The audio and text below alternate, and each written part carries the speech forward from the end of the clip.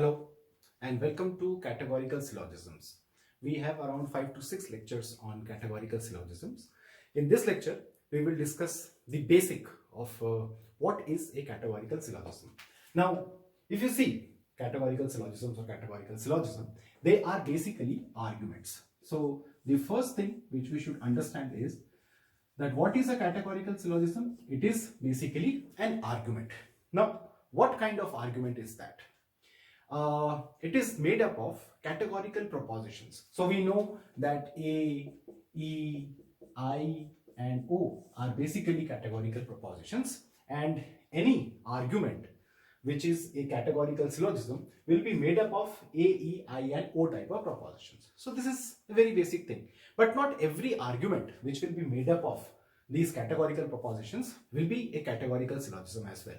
It has very strict rules and regulations. However, again, the understanding of categorical syllogisms goes back to Aristotle, and he has talked about categorical syllogisms in his logical book, which is called as Organon.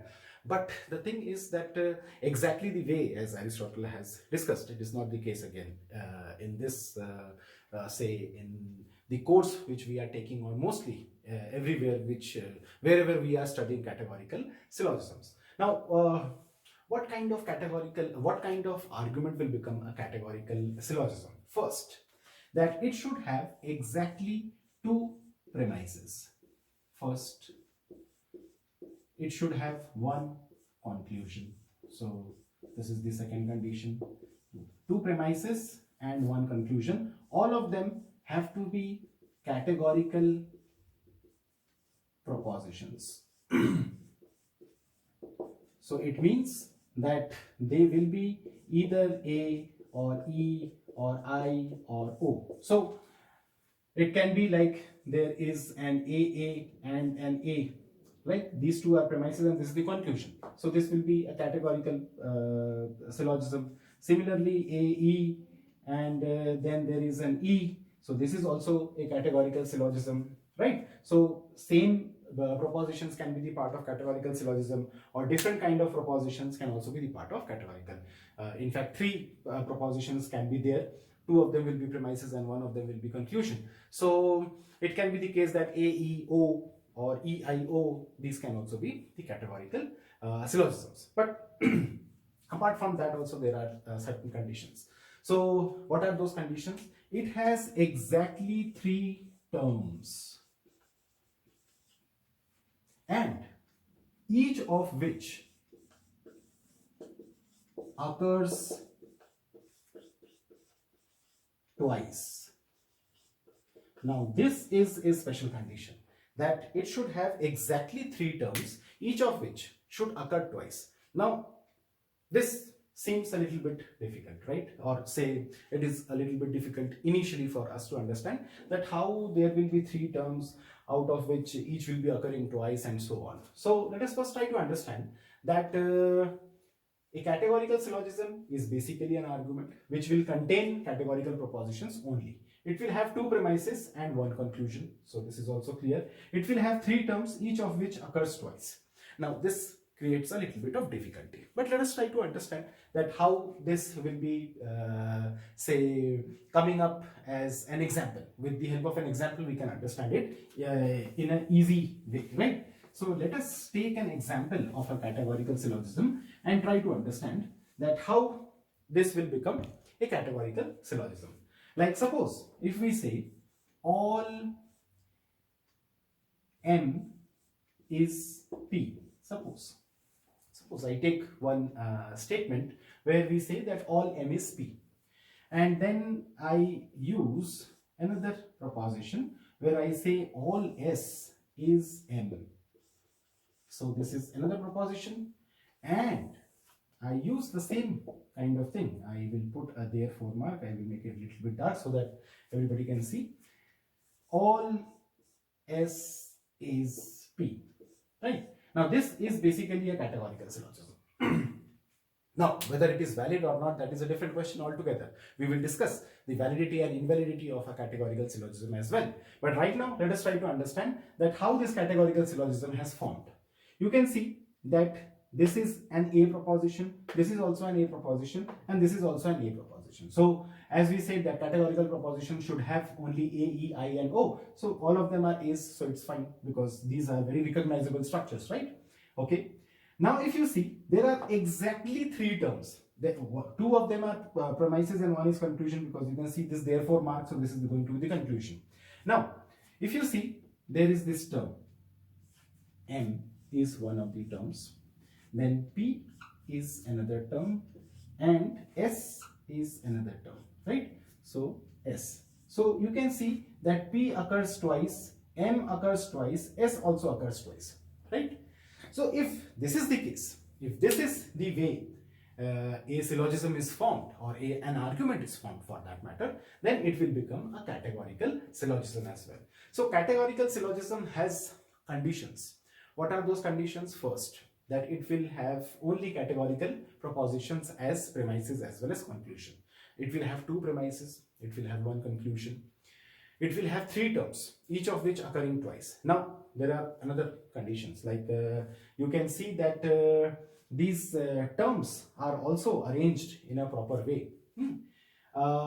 We call something the first premise of a categorical syllogism is called as the major premise. We will discuss it in detail, but right now for the time being, let us try to understand the basics of it, because we know now what is a categorical syllogism, but still there are certain more complexities which are involved, and we will be taking it in the next class. But right now, for a very basic understanding, let us try to understand.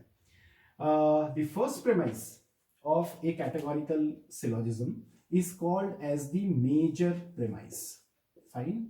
The second is called as the minor premise, and obviously this is going to be called as the conclusion. Now, if you see this M is occurring twice in the major premise as well as once in the major premise and once in the minor premise. But if you see that it is occurring only in the premises but not in the conclusion. So this M, it is a standard structure of it which I am taking. You can jumble it up and this and that, and we will talk about the standard form categorical syllogisms as well. But right now it is a standard form categorical syllogism and it has been taken in this way. But let us try to understand this term, which occurs in both the premises, that means in the major premise as well as in the minor premise, is called as the middle term. Okay? The term which occurs in the major premise, okay, and obviously also in the conclusion, but it will be in the major premise, is called as the major term. Okay, and the term which occurs in the minor premise, also in the conclusion, this is called as the minor premise. In fact, the definition of major term and the minor term, which again was not given by Aristotle, but was later on defined, says that in the conclusion, the subject term is understood as the minor term. The predicate term is understood as the major term. So suppose if you are given an argument in a jumbled way, we will take examples in the class as well. We will also take some in the lectures as well, in these videos as well. But right now, for a basic understanding of it, allow me to give you this example, like how to define major term, minor term, and middle term. Suppose you are given a categorical syllogism, but you do not know which one is the premise, which one is the conclusion. So first thing first, you have to find out the conclusion of that argument, right? So there are some premise markers, some conclusion markers, and by virtue of that, you will find the conclusion. So once you have found the conclusion, what is the second thing which you will do? You find the conclusion, you wrote the conclusion first. You do not know which one is the major premise, which one is the minor premise for the time being, but you know this is the conclusion, because like the argument is given in such a fashion that there was like this, that, therefore this. So you know, therefore after that whatever has come is the conclusion, right? So that is a conclusion marker. Therefore is a conclusion marker. You can also see it here. So you have found the conclusion. Now you see the subject term of the conclusion and you have to put it in the minor premise. You see the predicate term of the conclusion, you have to put it in the major premise, and you will see that there is one more term which will be occurring in the major premise as well as in the minor premise. This M can be here, this M can be here, like P, all P is M, So M can be here as well. This M can be here as well. This M can be here as well. We will talk about all these figures, right? But right now, for the time being, try to understand that the subject term of the conclusion is called as the minor term. The predicate term of the conclusion is called as the major term. And the term which occurs in both the premises but not in the conclusion is called as the middle term, right? So whenever you are given an argument, so first thing first, you have to set it as that which one is the conclusion. So once you understand the conclusion, then you will set it and you will make a categorical syllogism out of it. So this was the first stage or the first understanding that how a categorical syllogism is say recognized, right? So you have to go with the definition. The first thing, a categorical syllogism is going to be an argument. What kind of argument? It will contain two premises and conclusion. Both the premises and the conclusion will be categorical propositions. That means it will be either A or E or I or O. None other, not apart from that, anything can become a part of categorical syllogism.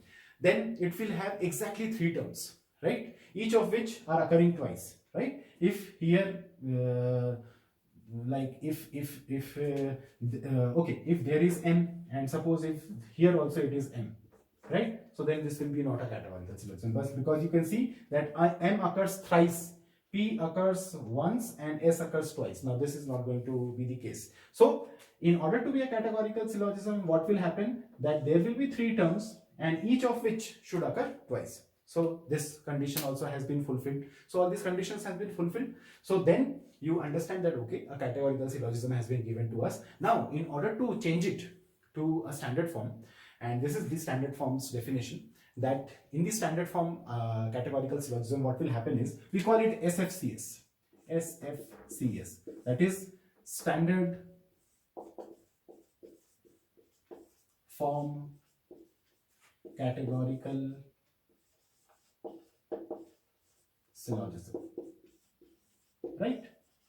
So standard form categorical syllogism, SFCS, will have the conclusion and the, like suppose the argument is given in this way, this fashion, that this statement is above and this statement is below. So you have to jumble up. You have to change the position of the, or it can be the case that the conclusion is given first and after that the premises are given. It can be jumbled up. In any case, you have to first recognize that which is going to be the conclusion or which are the two premises. In whichever way, if you find two premises, then you will find the conclusion, right? Because the third one will be the conclusion. Or if you find the conclusion, then the other two will be premises. So in whatever way you find it out. So the first task is that you come out with the conclusion, then you see the subject term. So that is going to be the minor term. So the second premise will be containing that. We will take examples. We can take an example. Like suppose if you are finding it a little bit difficult, so we can take a simple example. Like, and do not worry about whether the statement is true or false and this and that. You just need to understand, right? So let us take an example like this. Like suppose if we say all buffaloes are mammals, okay, and if we say all mammals are animals, okay, and therefore we say all buffaloes are animals. Now suppose if this argument is given to you, okay, and you know that this is the conclusion, right? So you see that this is the subject term, this is the predicate term.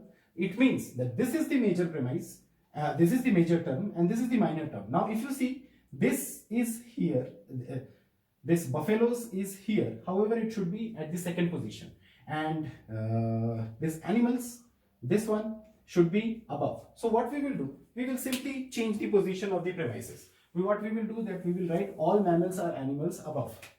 All mammals are animals above. Now if you see, now this is a standard form categorical syllogism, because you can see that this is S, this is P, and this is M, this is also M, this is S, and this is P. So you can see that now this has become a categorical syllogism. But try to understand that these structures can be in different ways. In the next lecture, we will talk about the structures of these syllogisms. But right now, one of the structures which I am talking about right now is also a standard form categorical syllogism, and it is given in this fashion. So in the next lecture, we will try to understand what is moved and what is a figure, right? Thank you very much.